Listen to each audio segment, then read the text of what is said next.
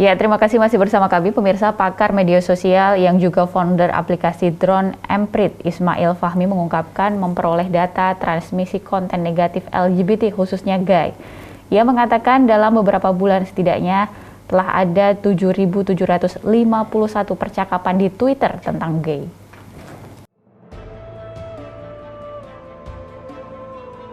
Pelaku penyimpangan seksual atau kelompok lesbian, gay, biseksual, dan transgender atau LGBT semakin mengkhawatirkan belakangan ini. Panasnya, pelaku aktivitas kaum LGBT di dunia maya termonitor jelas dan cukup tinggi. Dalam program Dialektika yang disiarkan langsung oleh TVMU, pakar media sosial yang juga founder aplikasi drone Emprit, Ismail Fahmi, mengungkapkan dirinya memperoleh data mengejutkan perihal transmisi konten negatif LGBT, khususnya gay. Ia mengatakan berdasarkan data dari 10 September hingga 9 Oktober, telah ada 7.751 percakapan di Twitter tentang gay yang beredar luas dengan berbagai konten dan hashtag di jejaring media maya. Bahkan dari penelusurannya, Ismail Fahmi menemukan banyak juga akun-akun yang menjajakan prostitusi gay. Fahmi mengatakan sejauh ini perbincangan dan membagi konten-konten gay paling tinggi terjadi di DKI Jakarta, Jawa Barat, dan Jawa Timur, kemudian disusul dengan beberapa daerah lainnya di Indonesia. Dalam kesempatan sekarang ini, saya tadi sempat menganalisis terkait khusus tentang gay saja. Jadi kalau ada lesbian, gay, dan lain-lain itu akan banyak. Ada waktu yang singkat, saya izin share data ya. Jadi ini ada menarik ya. Ada transmisi konten negatif. Kalau saya bilang di sini karena dalam konteks Kominfo, ya, konten-konten terkait dengan pornografi itu disebut dengan konten negatif. Nah, transmisi yang kaitannya ini dengan gay, tadi kalau disampaikan ada yang sifatnya kayak promosi ya. Mungkin kalau ya di TikTok atau mungkin di Instagram yang di-share itu yang sifatnya bukan pornografi, ya mungkin gambar, video yang bagus-bagus gitu. Tapi di sini yang saya akan lihatkan adalah prakteknya, ya praktek yang sudah menjurus kepada pornografi, tetapi di sini spesifik terkait dengan yang gay. Jadi saya gunakan kata kunci ini di Twitter yang di bawah ini, gay Indonesia, gay school, gay SMP, gay SMA. Jadi sebagai gambaran saja, prakteknya akan seperti apa. Jadi kita bisa tahu paling nggak itu ada gay lokal, gay sekolah, gay PKU, gay kids, gay brondong. Bisa dibayangkan ya kontennya seperti apa itu. Mulai dari anak SMP, SMA, sekolahan sampai dewasa ada semua. Dan ini data ketika 1 bulan ya, di bulan September, ya tanggal 10 September sampai 9 Oktober, ya kita satu bulan terakhir, saya dapat sekitar 7.000 percakapan. Ini nggak banyak sebetulnya. Saya punya lagi percakapan yang terkait dengan pornografi itu jauh lebih besar lagi, karena ini saya filter hanya sedikit. Nah ini saya tutup nih, mohon maaf, ini saya tutup ya. Saya lihat ini gambar, video bisa diakses mudah sekali di Twitter. Ya. Dengan menggunakan kata kunci tadi, saya urutkan dari 7.000 itu, yang paling banyak mendapatkan share retweet ya. Dari retweet sampai 400 kali. Ini tanggal 3 Oktober kemarin, ini belum lama kan? Belum lama itu udah dapat 400-an sekian retweet, like-nya juga tinggi. Artinya demand-nya sangat tinggi, interaksinya luar biasa. Ini hanya sebagian yang saya tampilkan, itu kalau di scroll itu bisa banyak sekali saya punya dapat. Nah, itu sebagai gambaran saja. Itu semua video. Ada juga yang bentuknya gambar, tapi video jauh lebih banyak. Dan yang ini adalah tagar yang mereka pakai.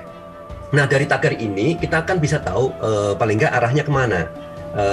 Praktek sehari-hari terkait dengan gay ini.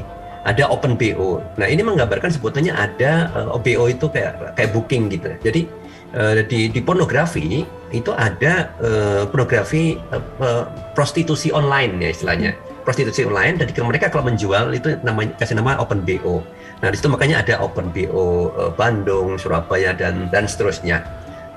Dan mereka menjual lewat net. Nah, ternyata ada open BO yang kaitannya dengan gay ini, selain yang sifatnya yang lurus-lurus tadi gitu ya, yang prostitusi secara umum misalnya kita ini terkait dengan LGBT ada. Nah, sekarang saya lihat nih, ada 2 data yang saya kumpulkan, saya tampilkan di sini. Ini adalah pornografi secara umum, jadi saya gunakan kata kunci terkait dengan pornografi, tapi nggak spesifik gay. Dan satu lagi khusus yang gay saja. Ternyata hasilnya menarik. Nah, ini ada cluster nih, kalau kita lihat, ini adalah akun-akun di Twitter, semakin besar yang warna biru ini, dia bicara tentang pornografi secara umum, ya, mereka share gambar, share video, tapi umum modelnya. Itu paling besar ya, jelas paling sangat besar. Dan di sini kita lihat mereka ada yang jualan. Jadi benar-benar mereka menggunakan robot, menggunakan amplifikasi. Artinya upaya mereka untuk menjual servis pun juga sangat tinggi. Nah, yang sebelah kanan ini yang G, khusus G saja. Ya, laki-laki, suka laki-laki itu. Ternyata sangat besar. Makanya ini kalau buat saya awalnya terkejut gitu. Segini besarnya hasilnya khusus untuk G saja. Dan di antara mereka paling ya share biasa aja. Tapi di sini juga ada yang booking tadi, yang menjual layanannya juga gitu. Jadi ini sebagai gambaran. Kalau nanti mau dicari yang lesbian dan seterusnya juga bisa ketemu itu. Tapi ini sebagai gambaran aja. Situasinya seperti ini di Twitter. Hanya 1 bulan saja. Nah sekarang saya bandingkan. Kebetulan 2 minggu ini saya dan teman-teman di Twitter rame tentang rokok ya, pro dan kontra rokok, tweet war tentang rokok gitu. Nah di situ sebagai gambaran itu adalah netizen umum. Mereka dari semua kalangan biasanya ngobrol ya apapun tentang politik, tentang sosial budaya apapun ya, nggak ada pro dan kontra politiknya ya. Tapi yang umum akademis juga ada. Nah saya masukkan di sini sebagai netizen umum aja lah. Saya menggunakan kata kunci rokok. Dan kelihatan jelas ya, dan yang tadi ya, pornografi dan G, kemudian saya kasih yang umum, ini kelompoknya beda-beda. Jadi mereka nggak bersatu. Akun yang umum, kemudian nggak banyak mereka mengakses pornografi. Yang pornografi khusus saja. Tapi kita nggak tahu ya, biasanya mereka punya akun alter banyak ya. Orang umum tapi pornografi khusus, akun pornografi juga ada. Tapi asumsi mereka adalah kelompok sendiri-sendiri. Jadi penikmat pornografi dan kemudian G itu punya kelompoknya sendiri, dan yang umum juga sendiri. Dan kalau kita bandingkan antara yang klaster G dan umum itu juga hampir sama besarnya. Artinya itu jumlahnya sangat besar. Nih, ini sangat besar itu. Jadi kalau kemudian kita lihat sebarannya di Indonesia seperti apa. Nah, ini provinsi. Kalau kita lihat di provinsi paling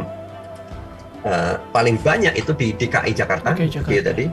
Ya, ini pengguna di media sosial ya paling banyak yang share tentang G doang. Kemudian Jawa Barat, Jawa Timur, Sumatera Utara, Jawa Tengah, DKI. Nah ini kemudian ada Madrid ya. Kemudian Sulawesi Selatan, Banten, dan Sulawesi Utara. Tapi ini kira-kira gambarannya. Jadi sebarannya lumayan dari seluruh Indonesia ada, meskipun Jawa masih paling besar. Jadi kira-kira seperti itu gambarannya kalau bisa saya simpulkan bahwa di samping kampanye, di media sosial itu sudah ada praktek. Yang praktek-praktek itu mereka secara terang-terangan udah buka ya, praktek G-nya sendiri, praktek yang mereka lakukan dibuka sama sekali sehingga siapapun bisa mengakses itu. Dan ini mungkin juga bisa jadi catatan ya barangkali Muhammadiyah kalau mau approach Kominfo ya konten-konten seperti ini bagaimana caranya mengontrolnya. Ya, saya tahu ini akan susah tapi paling nggak inilah gambarannya.